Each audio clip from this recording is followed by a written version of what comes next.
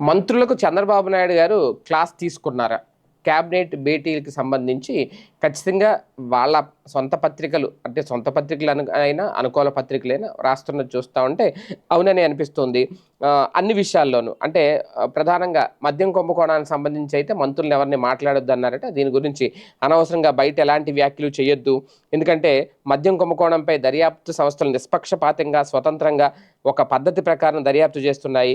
తప్పు చేసిన వాళ్ళు ఎంతటి వాళ్ళైనా సరే వదిలే ప్రసక్తి లేదు. దర్యాప్తు జరుగుతున్నప్పుడు మంత్రులు ఎవరైనా స్పందిస్తే దర్యాప్తును ప్రభావితం చేస్తున్నారు అన్న భావన కలిగే అవకాశం ఉంటుంది కాబట్టి మద్యం కుంభకోణం మీద కేంద్ర దర్యాప్తు సంస్థలు ఆల్రెడీ దృష్టి పెట్టే సీరియస్గానే ఉన్నాయి కాబట్టి ఎవరు మాట్లాడొద్దు అన్నారట.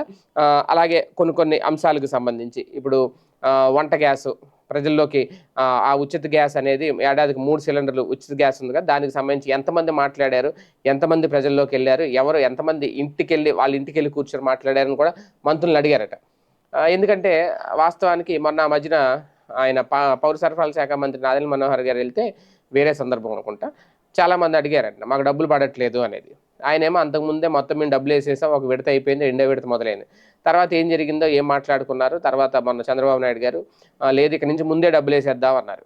అయితే ఇక్కడ మరి ఇంకో విషయం, ఈసారి 3 విడతలు కదా, 3 సిలిండర్ డబ్బులు ఒకేసారి వేసేద్దామని కూడా అనుకుంటున్నారట. ఇప్పుడు అంటే జరుగుతోంది ఏదో గ్రౌండ్ లెవెల్‌లో కాస్తంత వ్యతిరేకత ఉందని అర్థమవుతుంది. అందుకని మంత్రులు వెళ్ళలేకపోతున్నారు.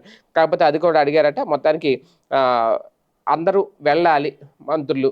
అలాగే ఇప్పటివరకు చేస్తున్న ఈ ఏడాది పాలనలో కూటమి సర్కారు అమలు చేసిన పథకాలు గానీ, చేస్తున్న డెవలప్‌మెంట్ గానీ, రాజధానికి సంబంధించి, అమరావతికి సంబంధించి వస్తున్న పరిశ్రమలు గానీ, పెట్టుబడులు గానీ, తద్వారా వచ్చే ఉపాధి గానీ, నిరుద్యోగులకు కలిగే అవకాశాలు గానీ, ఇవన్నీ ఖచ్చితంగా ప్రజల్లోకి తీసుకెళ్లాల్సిన బాధ్యత మంత్రులది, అలాగే ఎమ్మెల్యేలది, తెలుగుదేశం పార్టీ కార్యకర్తలది. ఇప్పుడు మంత్రులది కేబినెట్ సమావేశంలో ఈ చర్చ కూడా జరిగిందంట. దయచేసి అందరూ మొత్తం సీరియస్‌గా ఉండాలి. ఇక నుంచి ప్రజల్లోకి తీసుకెళ్ళాలి. పార్టీకి సంబంధించిన కార్యకలాపాలు, ప్రభుత్వం చేస్తున్న సేవలు, ప్రభుత్వం అందిస్తున్న రాష్ట్రానికి తీసుకొస్తున్న అభివృద్ధి, చేస్తున్న డెవలప్‌మెంట్ ఇవన్నీ కూడా ప్రజల్లోకి తీసుకెళ్ళాలి అని గట్టిగానే చెప్పారట. కాకపోతే కొంతమంది మంత్రులు వీక్‌గా ఉన్నారు అనేది కూడా ఒక 2, 3 పేర్లు కూడా వినిపించాయంట. ఎవరనేది వాళ్ళ విషయంలో కూడా తీరు మార్చుకోవాలని కూడా ఘాటుగానే హెచ్చరించారట చంద్రబాబు.